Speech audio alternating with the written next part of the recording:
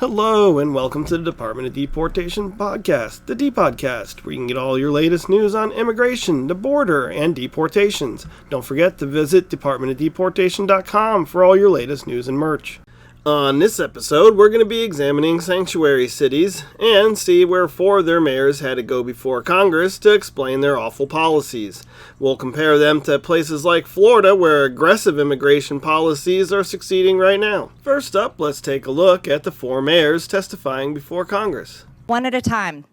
Mayor Adams, will you work with ICE in New York City, yes or no? ICE is part of our criminal justice apparatus, and I will work with my city, state, and federal agencies to keep our cities safe, no matter who they are.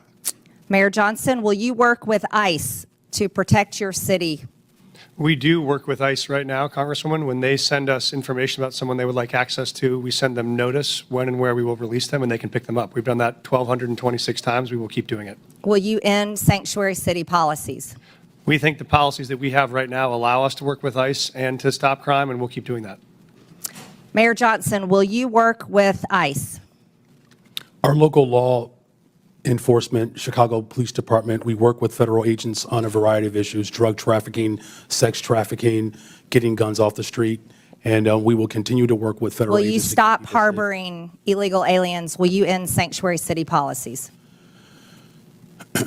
So the city of Chicago, we do not harbor criminals. We do not harbor undocumented individuals. We comply with all laws. Mayor Wu, will you work with ICE to protect Americans, legal Americans in your city, and end sanctuary policies? The Boston Police work with ICE and federal agencies every single day on criminal matters and hold people who are committing crimes accountable. Chairman, if I may, I'd like to enter for the record, according to the U.S. Constitution, giving aid and comfort to the enemies of the United States is an act of treason, and those that violate that should be without be objection to.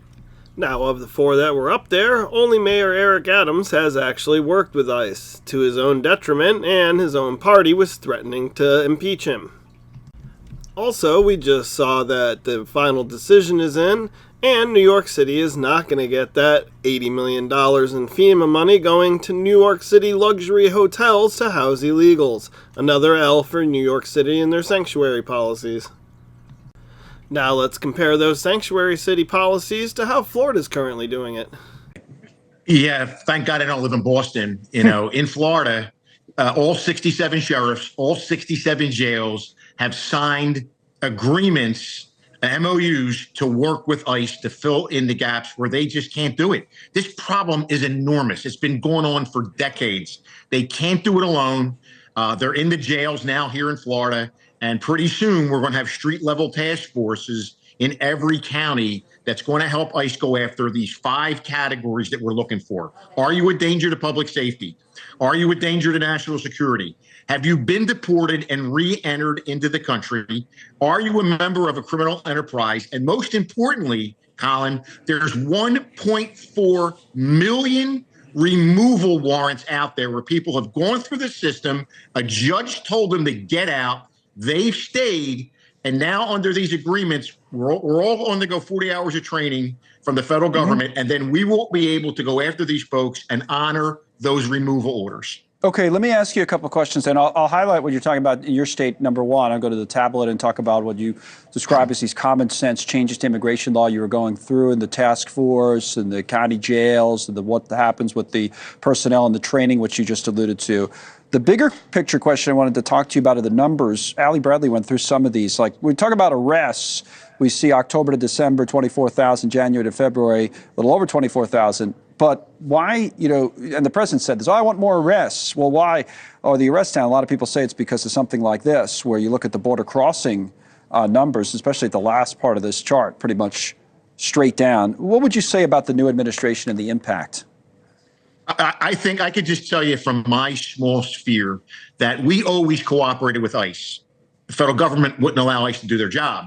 Recently, ICE is embedded in my narcotics task force, so here's what I'm trying to get at. Right. We recently arrested a Jamaican national who had 5 kilos of fentanyl on him. He was here on a work visa. ICE immediately revoked the visa and lodged a detainer against him as he's sitting in our county jail. And we're seeing that more aggressive approach, which we salute that and we want to support that. Now, you compare those two clips, and you see that Florida's doing it the right way. The sanctuary city policies in places like Boston are allowing kitty touchers to be back out on the streets, allowing murderers to be back out on the streets, and they're all illegal immigrants. New York City is the only one that's even had ICE at any of their facilities, and as you heard the mayors themselves say, they wouldn't commit to helping with ICE at all. In fact, in Chicago, they let them know when they're going to be released, and the criminals might be able to run away since they're actually being apprehended in public after they leave the facility. Ridiculous. I do think as we see more federal funds pulled from these sanctuary cities, and as we see enforcement really start to ramp up in states that are not sanctuaries like Florida, we'll see that the cities will not be able to sustain the illegal immigrants. We already see it in Chicago, where it's extremely unpopular across all walks of life, even with most Democrats, are very furious that they're taking care of illegals and not American citizens. Also, will we actually ever see any of these city officials go to jail anywhere? If they're obstructing, if they're interfering, if they're harboring actual illegals, maybe a couple of them in chains would change some attitudes. Well, that does it for this episode. Don't forget to like and share the video. You can find us on YouTube, Rumble, X, and Instagram. And don't forget to visit DEPODcast.com if you like any of the shirts that you see in the background. It helps support our channel, and it's some cool merch.